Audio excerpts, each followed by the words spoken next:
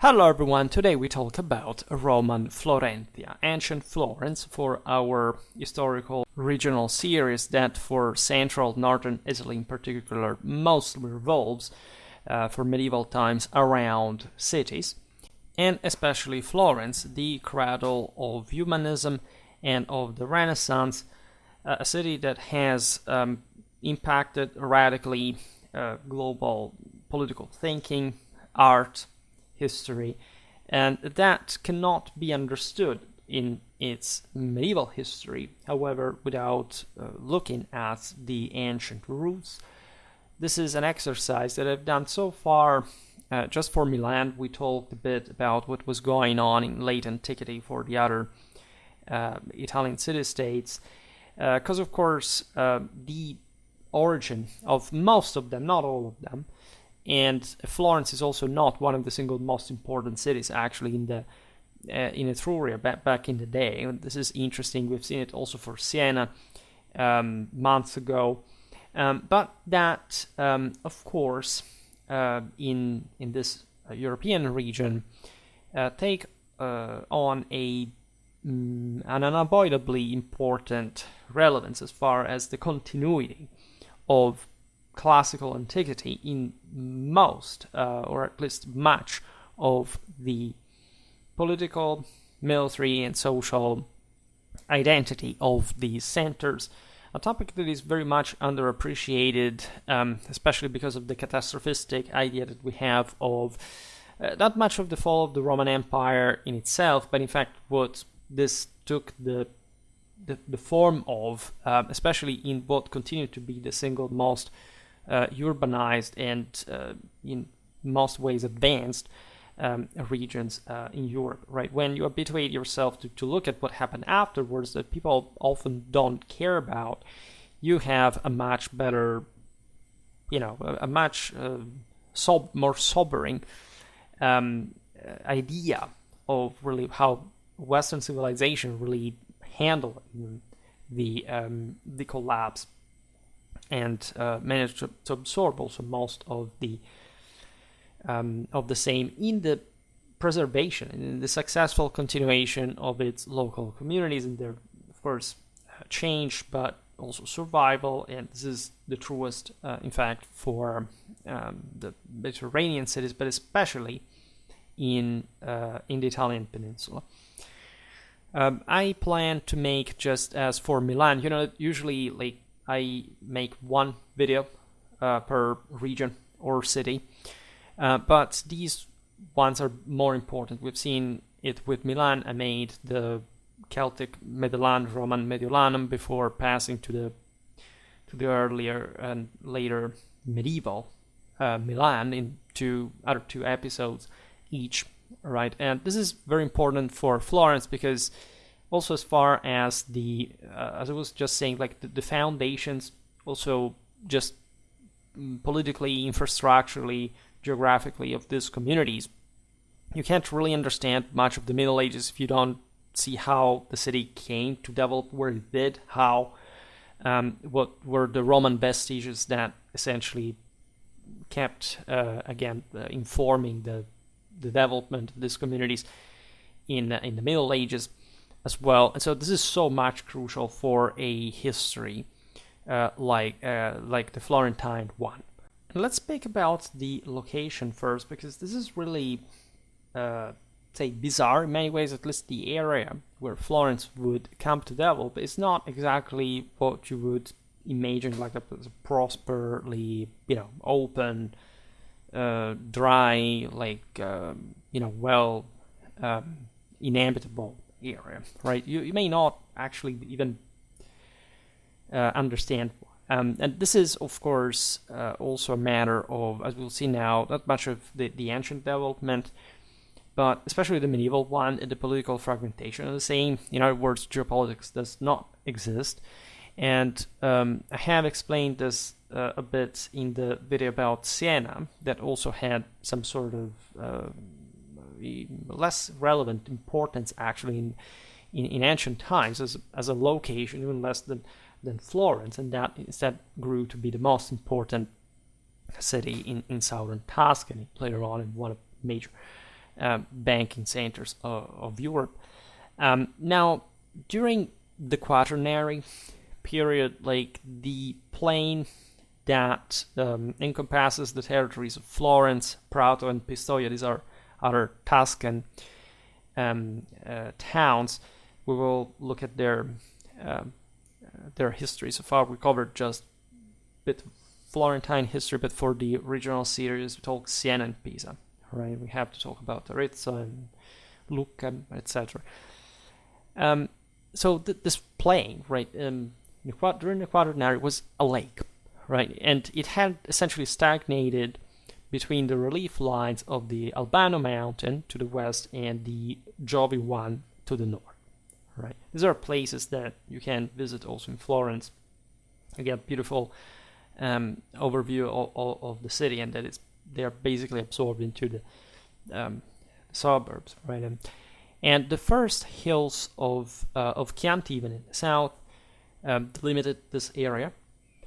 This is the direction of Siena, like the places which, as we've seen, the Florentines and the Sienese would battle over for a long time. It's, of course, a widely stretching one, and I have a video incoming on Montaperti, by the way. Not the classical battle analysis, but say the importance of the day of Montaperti. Because it exemplifies at best the rivalry between Florence and Siena. Will highlight some things we will be seeing in this series as well. So as the waters receded throughout the eras, this plain that is situated approximately just 50 meters above sea level was left dotted with numerous ponds and marshes. It was not much of a good place where to stay. And these were particularly prevalent in areas that are all essentially Florentine suburbs today. There are the Campi Bisenzio, Signa, Bagno, Ripoli. And these wetlands remained, in spite of, as we will see now, all the reclamation from Roman times to the modern era, actually a defining feature of the territory until the reclamations that began, at least in a, say, that settled the matter for good, only in the 18th century, AD, right? So this was also normal in Europe to some extent. Some areas, we tend to forget how forested and how still, even in highly civilized places like this one, were basically still very much wild and even unhealthy. Think about malaria, this kind of stuff. It's believed in antiquity that a Villanovan settlement existed at the confluence of the Mugnone and Arno rivers. Right, we are between the 10th and the 8th century BC. The Arno, as you know, is the river of the Tuscan civilization, is one of the longest in Italy. The Mugnone is an affluent, and essentially these riverways are the main, in fact, water courses that cross like this area. Florence is born on the Arno, as we will see now, just like Pisa, by the way, at the mouth of the Seine towards the sea. Now, later, between the 7th and the 6th centuries BC, the Etruscans probably discovered and utilized the easily traversed ford of the Arno River near the confluence with the Mugnone, where the plain narrowed due to the proximity of hills to the north and south. And this fording was probably established, reinforced with the construction of either a footbridge or some sort of ferry service approximately 10 meters away from the very old bridge of Florence, the Ponte Vecchio. Right, so we're looking properly at the very heart of the city. It's a very characteristic shot, and that's in fact where the original, let's say, infrastructural basis for Florence seems to have properly developed from. So this is the narrowest part of the fort. And the Etruscans, however, were not interested in this lower valley area, right? They tended to avoid founding cities in plains for defensive reasons, and instead settled typically on a hill. In this case, about 6 kilometers upstream from the fort, where the fortified center of Vipsul emerged. Vipsul is today is the Roman Faesule, the Italian Fiesole. As you know, we'll see now it's famous mostly for the Catilinarian massacre, right, in the 1st century BC. And Vipsul was connected by the Etruscans to a road linking in turn major Etruscan centers from Emilia to northern Lazio. So also across the Apennines. Florence has this, in fact, aside from the local area that, as we've seen, is not particularly comfortable, but has a great importance as a major center, just very close actually to the Apennine and so the Po Valley. And so when this will be very important, we will see it during, for example, the clashes between the Guelphs and the Ghibellines, because Florence and Bologna were Guelph and they were just separated by the Apennines, and there was this incredibly strong strategic relevance. Florence was also the main logistical center of the entire Guelph system in central Italy. So this connections, these roads, as we will see now, would grow of great importance, conferring, in fact, further one to the city. Florentia, this Latin name, was founded, according to legend, in the spring. All right, this is very much like the ethos of the city, the deepest, most intimate identity of Florence. Florentia, that of course takes the name from the flower, the lily, that is also displayed in the coat of arms. Right, spring coincided with the Ludi Florales, right, either in honor of the goddess Flora or due to the abundance of lilies blooming in the area, right. All traditional cultures were very, of course, sensitive to spring. This was the moment of rebirth, of rejuvenation. Florence, also in her traditions, in her literary one as well, to the Renaissance, think about the Carnascialeschi's chants, where it will always remain very, very much connected to this floral synonym. There's also a bit feminine and chthonic, and this is also what Florence, with her, say, republicanism and will sort of maintain, also with the Guelphness of the endeavor. There is, as we'll see now, also more virile Ghibelline imperial tradition, a martial one, together with the same spring. And the Romans were, of course, keen, like just in the Europeans, of astrology. They of course thought that was a reflection, not a deterministic one, but literally one that just reflected like what was happening on Earth in the celestial vault, and considered the period marking the beginning of the astrological and astronomical year, spring, particularly auspicious. Right, I made some videos back in the day about the Arias, about the sense of like it's also Alexander's horn symbolism, the idea of the Maton, of the Virgin, of the spring, of this force that remolds, rejuvenates the world, and this sentiment is reflected, in fact, in so many cultural, let's say, aspects of Florentine history and identity, as we were saying before. For example, in Dante's Divine Comedy, the Florentine poet imagined his journey under the constellation of the Aries, right, starting right in 1300, as well as, which was thought also to be the moment at which the creation had occurred. The same goes for Francis Petrarch's rhyme poem, the 211 especially, which mentions entering a labyrinth on April the 6th. The themes of constellations, spring, and flowers recur frequently in Florentine events. When choosing a name for their coin, Florence chooses the florin, and featured an iris or lily on their banners. Notoriously. Similarly, when dedicating their cathedral, they opted for Maria. In fact, Saint Mary of the Flower, in fact, selected the flower as their distinctive name.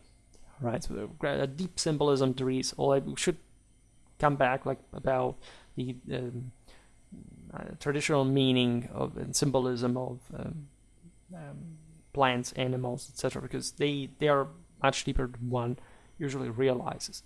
One cannot help but wonder, anyway, what would have transpired if the founder of Florence had not chosen that propitious name. Some historians, this is lost in legend, continue to debate whether, for example, a proto-Roman system existed, or even a municipium that was destroyed by Sulla right before the refoundation. In that case, if this settlement had already existed, it occurred in the 1st century BC, when you start properly seeing the city, right? You can track it on the historical radar. During the Roman expansion north of the Arno River, the city of Florentia established herself as a pivotal hub, as we've seen, connecting routes branching off from the Apennines to the Tiber Valley, that is far north and relatively close to Florence. Plus, there is the lower Arno Valley that is very productive. So the Florentines, see, also during Middle Ages, had this tendential expansion towards the latter, right, towards the sea that they didn't have access to directly. And this was very important in the bigger political and strategic picture. So that the actually richest city in the world in the 14th century was actually devoid of a port, which is, again, think about how much geopolitics, of course, does not exist. It doesn't make any sense as a concept in the first place. Now, the known history of Florence proper begins in 59 BC, when the Romans founded a colony called Florentia. This was destined to army veterans. According to some historians, the city was founded on, say, for strategic and political reasons, right? As we've seen, Faesulae had been a hideout for the Catilinarians, and Caesar wanted to establish an outpost, as we've seen, 6 kilometers downriver to control communication routes, which is a beautiful way of imagining how, in fact, pacified Italy and in the center of the empire, in fact, the more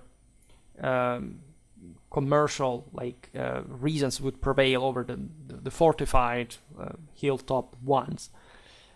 It's not the entire point, but of course, this lower position allowed for a greater extension of the full of a more squared Roman city.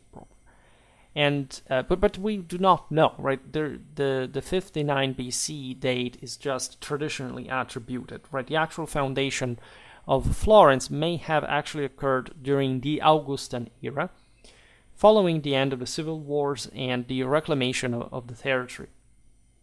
The surrounding area was modified through centuriation to create cultivable land assignments for veterans. Traces of this foundation can still be seen in maps and aerial photographs. Of course, the city has changed and expanded. Multiple, say, not just the modern one, even in medieval times, there was all expansion beyond the Roman walls with other rings, but still, in the general structure, of the territorial organization, there are traces of the Roman foundation. Florence was designed with the classical Roman layout, so a quadrangular shape with 2 main streets intersecting to divide it in 4 distinct sections, following the castrum model typical of the Roman, castrum military camp. Internally, 7 streets ran along the north-south axis, intersecting orthogonally with 5 streets along the east-west axis. And what we think was here either the Caesarian or the Augustan colony was surrounded by a 2 kilometers long wall with an area of 25 acres, centered around today's Victor Emmanuel's Square. The Romans constructed banks along the Arno and Mugnone rivers, which naturally facilitated the habitation, making Florentia's location advantageous also for transportation. There were portual facilities on the river, and this again, the Arno is a major river in the long, really multiple hundreds of kilometers. It has also a stream like the Sieve affluent, so it's pretty substantial, as you can see also from the pictures, already at this height, which is not the lower Arno Valley. The Florentine strategic position was also due to the crossing of the new Cassia Consular Road. The road formed a wedge controlling the end of the Apennine Arno Valley and the beginning of the plain leading to the sea in the direction of Pisa. There is a scarce literary tradition on early Florence, as you understood. It's mostly Tacitus, Licinian, a few others, right? So that we can trace the origins of the city back to, like, literally in the historical documentation, to a proposal. This is from Tacitus, a proposal made to the Roman Senate in 15 AD, which was thwarted by the Florentines and intended to divert the Chiana River into the Arno, right? Big, Tuscany has a complex geography, and these rivers make very tortuous, in fact, tours, especially the Arno. And but there were other concerns, like regarding the possible connection of these riverways with one another for, communication purposes. The Roman historian Florence, in his account of the Sullan colonization of the Ager Faesulanus, so the district of Fiesole, possibly deriving the toponym from a pre-existing Vicus Faesulanus, a toponym that we do not know, however, and which had not yet acquired municipal rights, also for like a more permanent continuity. In any case, we don't really know much more. Now, Florence's early boundaries were marked by a mural circuit that ran along the square St. Florence. It's really called like this. To the east, the Proconsular Street, like this is the modern one in the city, northwards to the Cathedral and the Cerretani Street, westwards to the Tornabuoni Streets. They were all important Florentine houses during Middle Ages. Southwards between the Holy Trinity Bridge and the famed Uffizi. This first reliable information about the settlement dates back to 123 AD, right, when a bridge over the Arno was constructed. So it's a typical Roman city in many ways. Florence had developed into this, featuring a forum that is today Square of Republic, and an aqueduct from the Morello Mountain. And by the Adriatic era, Florence had expanded already beyond her walls, boasting monumental structures such as a rebuilt theater, an amphitheater, and spa facilities. So really everything, like entertainment, baths, you name them.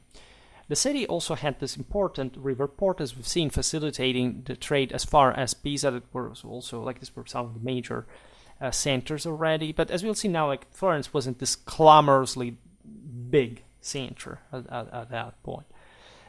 It also had essentially military origins, reason for which the city was dedicated by the Romans to Mars, that in fact aside from, as we've seen, the more Chthonic symbolism, was Florence actual first patron deity.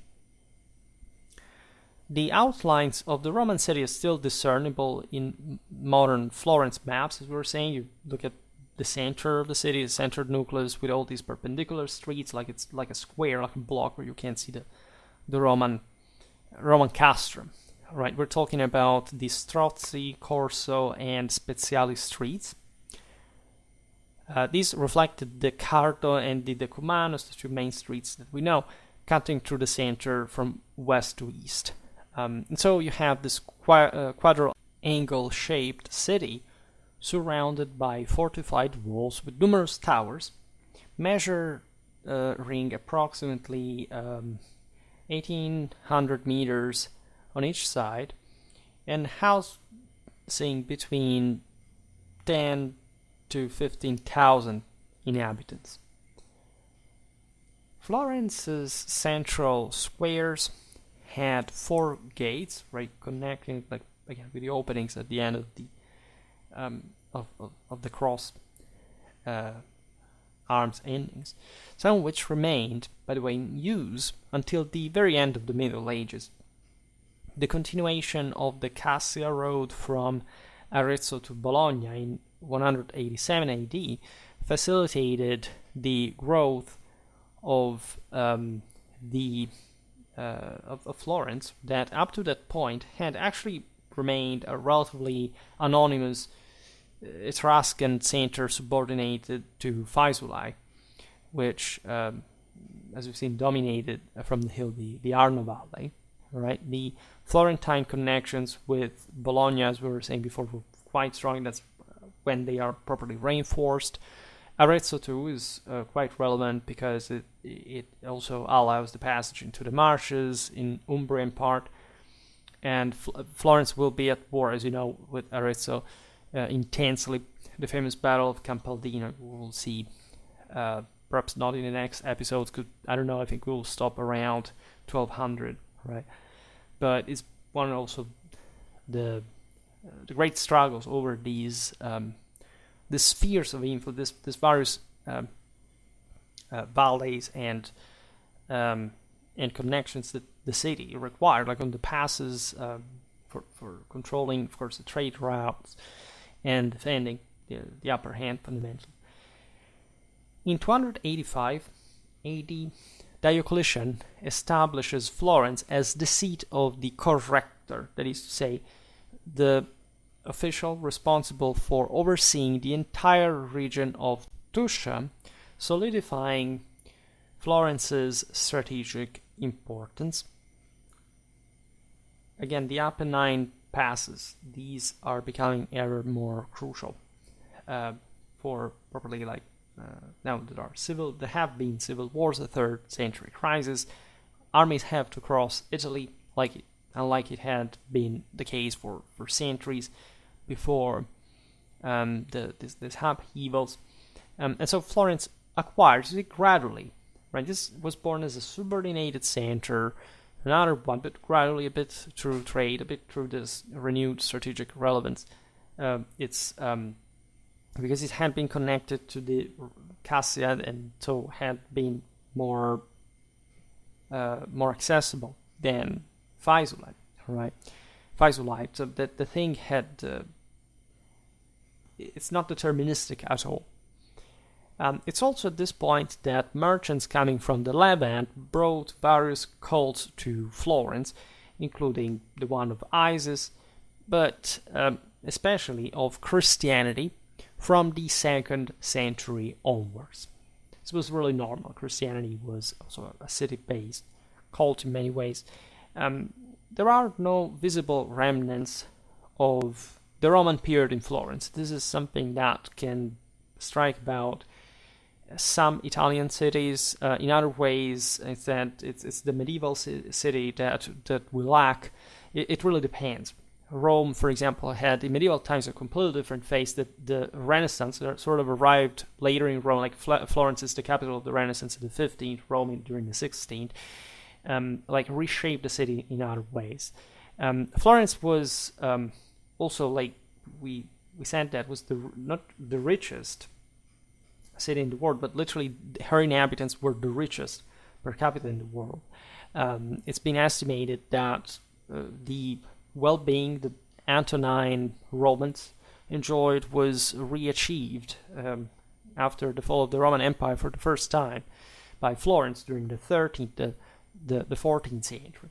Right, so this means a lot of buildings that you can see, in fact, in the city dating to medieval times, like massive stone palaces that, aside from probably the very later Middle Ages that are just obviously like just rampantly building even bigger palaces. But look at the peak of medieval civilization, the end of the 13th, beginning of 14th century. Florence dominates in so many ways. Like the Signorial Palace, for example, is just a model. If you travel around Tuscany, you see that every town basically copied Florence with that structure. And these were also massively sort of militarized buildings. They were built so stoutly and robustly because probably there was a state that was taking shape. I made lots of videos about the political and institutional evolution of the Italian communes. We'll keep talking about this, but it's really, really important to see this in perspective and realize why, for example, like this sort of covered the Roman city.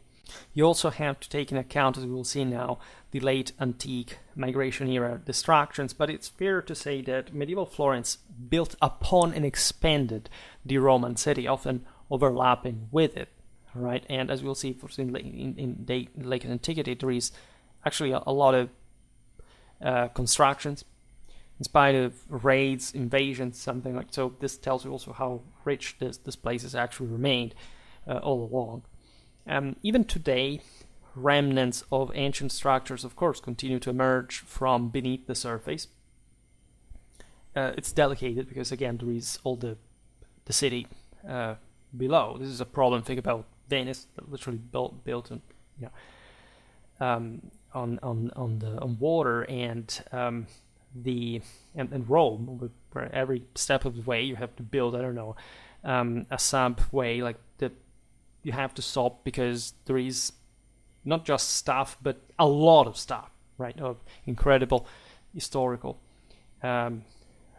preciousness. And this is a bit like with Florence, of course. We find, however, a thermal complex discovered in the very seigneurial square, the Piazza della Signoria, the heart of the city, located near the slope leading down to Square St. Florence, which is believed to be the site, by the way, where the ancient theater once stood as well, now incorporated into the Gondi Palace, right? So this is really not new. There are lots of buildings that, of course, were built over or grafted properly on the Roman foundations, that were also quite solid. The most recognizable surviving monument from Roman times is the amphitheater, which, although largely engulfed by medieval houses as well, still maintains its elliptical shape that you can appreciate. You can find this many places. Like if you look at Lucca, you find probably the elliptic squares formed. Even in Rome, Navona Square, as you know, it was a circus, like it was filled with water, and so it's sort of mind-blowing.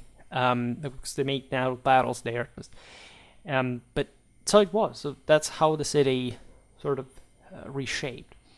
By the way, the road surrounding the amphitheater in Florence was named. It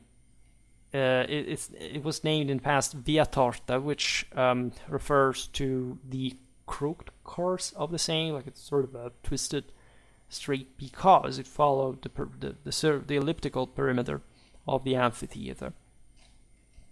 Now, the first evangelizers to reach Florence, and we hinted at before, likely came, of course, from the Levant, right? Of course, it's possible that there were already some Christian communities established in Italy that had a significant contribution to the shaping of the Florentine one. But of course, these had been figures like accompanying the Hellenic or Syriac merchants traversing the Roman Empire and their trade endeavors, similar things. Traditionally, 13th and 14th century historians have really found our sense of European modern literature in the sense that we really mean it including Giovanni Villani, that we'll have to quote a lot in the following episodes, was because just after the Bible, in Italy, this was the most read chronicle, and this was really literally conceived. Like, there were universal chronicles telling you from the beginning of the world what had happened to the city and something. And this author, that is very interesting also for military historical reasons, even though he was a merchant, but also magistrate, also supervising the Florentine fortifications at the time. And here, remember, it's the peak properly of medieval civilization, and Florence is just like that extreme of highly civilized example of this. Attributed the evangelization of Florence to the very disciples of Saint Peter the Apostle, such as the obscure saints Frontinus and Paulinus. During the persecution of Decius, we are in the mid-3rd century AD, the beheading of San Miniato, a holy cephalophore, that is the guy that, in the story, of course, carries his own head as after having been beheaded, was said in fact to have occurred when he picked up his head and walked towards the hill where the basilica dedicated to him stands today.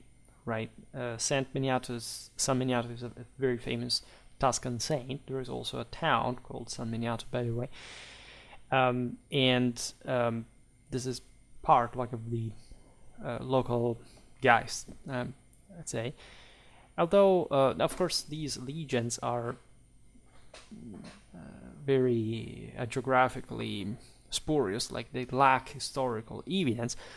Archaeological findings confirm the presence of Christians in the area of the Santa Felicita Church, which dates back to ancient times, in fact. And so, of course, Florence was a center of old Christianization. One notable discovery is also a tombstone dedicated to a saint whose cult was widespread in the Levant as well. In 313, a bishop named Felix was present at a gathering called by Pope Milceres in Rome.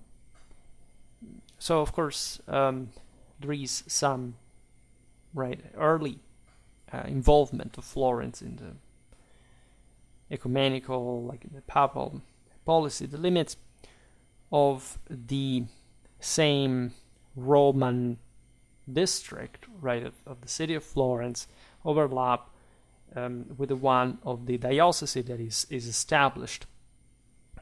This would essentially remain throughout the centuries, more or less unaltered, at least defining properly the frontiers that Florence would have, with Pistoia in the and San Miniato and Volterra in the west, Colle Valdelsa to the south, Fiesole and Faenza to the east, and Bologna to the north. Right, these are the actual neighbors of Florence, and then, as we will see much better in all the intercommunal warfare that occurred in the Middle Ages, things get, of course, way more messed up, but it's important to see, of course, how the districtuation, like the territorial pattern that these cities politically acquire, is already present since antiquity. Florence has been an episcopal seat since the first half of the 4th century at the latest. In 313, the aforementioned Bishop Felix represents Florence in that synod, as we've seen, that had been called against the Donatists in Rome. So, that was an issue that had mostly spread in Africa. And here we are in the same period of some of the most important fathers of the church. So Florentine bishops were in between all this. In fact, 10 years later, the same Saint Ambrose visits Florence and founds a church dedicated to Saint Lawrence outside of the city walls. The church may have been built on the site of an ancient Christian necropolis, as it was a common practice, at least up to that time. In fact, 313, as you know, is the Edict of Milan. That's a quite significant year also for Ambrose's visit to Florence, because Christianity gets legalized. But up to that point, Christians had, generally speaking, been persecuted and or marginated, and many cemeteries were properly and the same churches had been built outside the walls. Now, in the following decade, Florence had her first pater patriae in the Bishop Zanobi, who organized the diocese and encouraged, after, as we've seen, the legalization of the Christian cult, the Florentines to resist, also at that point, the invasion of the Ostrogoths led by Radagaisus. Despite being besieged, Florence was providentially saved by the arrival of General Stilicho, who, as you know, was serving the Western Roman Emperor Honorius from 405-406. So there's a lot of municipal pride that, as you know, leads into the figure of these saints, the foundation of the early church, and here connected properly with a display of imperium up to the point that the imperial army arrived against Radagaisus. According to tradition, on that very day of victory, Saint Reparata of Caesarea in Palestine was remembered, and a parish church dedicated to her was built just outside the Aquilonian gate to express gratitude for her protection. This is really typical of the time. We have multiple saints that flourish, a bit like the previous other figures of cult, right, in the so-called paganism that performed essentially the same functions. This church of Santa Reparata, by the way, later became a cathedral after the Bishop Zanobi's remains were translated there in place of an existing baptistry dedicated to St. John. This ancient structure has maintained its original form and is often referred to as Florence's oldest surviving building, dating in fact from exactly this time. Scholars have suggested that during the same period, Florence was also experiencing a decline in population, as a bit like this was in fact the time you see the Goths, also of Alaric, that Rome. In Italy there are wars, and generally speaking, like we talked about, also the Western Roman army in the 5th century, you know what's going on. The Roman villa discovered under the cathedral square had already been divided, for example, at this point, into smaller homes before being demolished to make way for the Platea Episcopis, which means the bishop's square. Is quite relevant because, as you know, many older buildings that could not be upkept anymore were just inhabited by people, like in the Roman Forum. This is really normal. This was a villa that essentially had been abandoned and or reused. You know that many senators, many magnates are abandoning the cities for their country villas that get also a bit fortified. I made some videos about this process. And so somebody else in the city occupies them. It's hypothesized, in fact, that the landowners prefer to abandon Florence at this point to avoid excessive taxes and administrative duties. Plus, they would have risked some, sack, right? Even though living in the countryside wouldn't make it that safer. In any case, the point was also this increasing, pressure put on the same city as the cornerstone of Roman domination. This would have also was connected with the personal responsibility for tax collection, right? It was so much that you had to provide, but this meant that you had to invest yourself money in the city, infrastructure, games, protection, and so this was becoming too costly, and this aristocracy left. I made some video about the Romano-Italic aristocracy. You can check how this thing worked large, but this is still a late antique system. After all, it does work. I mean, somebody's leaving, population is decreasing, say the international traffics are contracting, but the thing still works in the fundamentals, in the essentials. Also, at this time, the city underwent a definitive conversion to Christianity, particularly after the victory over Radagaisus, as we've seen, attributed by many to the prayers of Zanobi, to the aforementioned saints. Like there is a greater interest in betting on this new horse. And the gradual replacement of the ancient patron Mars, remember, patron of Roman Florence, with a cult of Saint John the Baptist also occurred. The dedication to the saint may be later, and some believe it is a legacy also of the Longobard domination. Regardless, by this time Florence had at least 3 churches: St. Lawrence, St. Felicita, and the now destroyed church of Santa Maria in Campidoglio, which is literally St. Mary in Capitol Hill, located outside the walls anyway, indicating that the urban layout of the city from the imperial era still persisted, and there were also, in fact, this suburbs and other structures outside. As we've seen, the Florentine countryside is sort of complex. There are these hills just next to the city, and so all an induct, right? A connective fabric, like settlements of population. Excavations in the 1970s revealed that the northern section of the Florentine walls, essentially facing the cathedral and St. Lawrence, had already been demolished between the 2nd and the 3rd centuries AD, which means that new and larger fortifications were built at this other point in the second half of the 4th century, when the barbarian threats increased, because Florence was a fairly important center, as we've seen. It was also quite strategical, so it required some more updated, restored fortifications.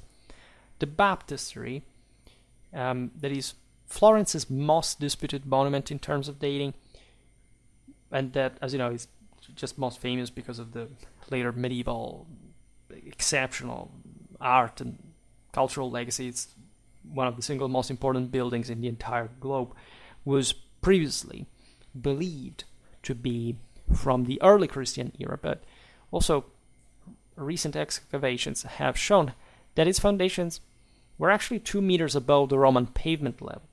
And so this brought it to redate it to the later, to the 12th century. Then eventually there are different remakings, but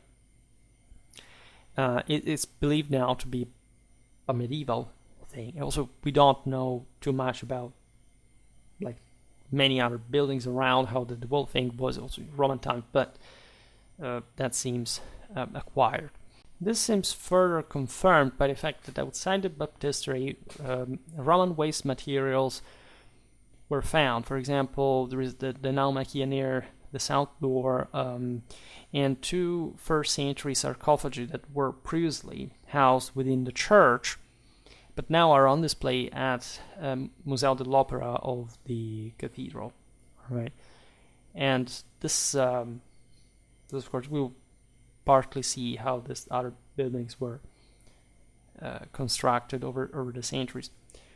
Now, while Radagaisus' invasion may have triggered in Florence a process of decay, because of course it was not just a light blow, even though things had ended well, it appears in fact that Florence's 5th century was not a particularly depressed one. Actually, it was at least likely possible to build at least the Church of St. John, which due to its original characteristics is attributed to a time when memories of Roman architecture were still alive, still in an antique context. In fact, between Radagaisus' attack and the Gothic War, there was about a century and a half of relative peace in Florence, right? And this is also important. Like when we look at history and we say, okay, well, yes, there was a general decline, and there were these wars and these epidemics struck, etc. But we have also to look at the fact that communities were there, were active, and so, like, even though some events were quite important and the systems were quite delicate, right? Definitely demographic and economic resources were stretched, but in general, like, if there is no war, there's no particular devastation, like a century and a half of peace is a lot for those times. And these were, after all, some of the most stable places in the world, which is something that, in the perspective of the fall of the Roman Empire, we have sort of tended to forget as well. As we'll see now, things actually occur that came to disrupt this situation. In fact, today we stop really with the Gothic War. I think we stop with antiquity. Sometimes I start with that for the early medieval chapter, but it's important to look at this exactly in a conclusive sense. And Florence, like much of Italy, fell under the control of Theodoric's Goths without resistance. So this was also not a traumatic event. Subsequently, the city was occupied by the Byzantines under Belisarius in 541. However, Florence suffered sack and devastation by Totila under the Gothic coming back in 550, just 3 years away from the end of the war. But you know that the Ostrogoths at that point were carrying out a scorched earth strategy. The entire basis, especially of the senatorial latifundium, were collapsing because of this devastating war in the first place. That's when really the peninsula suffers a lot, and late antiquity enters in crisis substantially. A relative one, I made a video about the Longobards, showing how, like, the what is usually said, like, it was a complete break with the antique time. It's not, or Romanities. It's not really correct at all, right? I actually worked a lot on the Longobards, but that's something that must be said, because narratives are cool, but they don't have to be overly dramatic, and they have to be supported with actual evidence. Now, Florence, of course, was later reconquered by the Byzantines, led by Narses. Justinian's army found Florence in this period in a state of utter ruin, and the population, due to the war, to the Gothic sack, so it was necessary to rebuild Florentine defenses from scratch, right? Because the Goths would raise the walls, as they were just to pass by and cause as much damage as possible, not to lead it to the Byzantines. However, there is no clear consensus about this very detail, like probably the complete destruction of the entire buildings, let's say, of the fortified ones.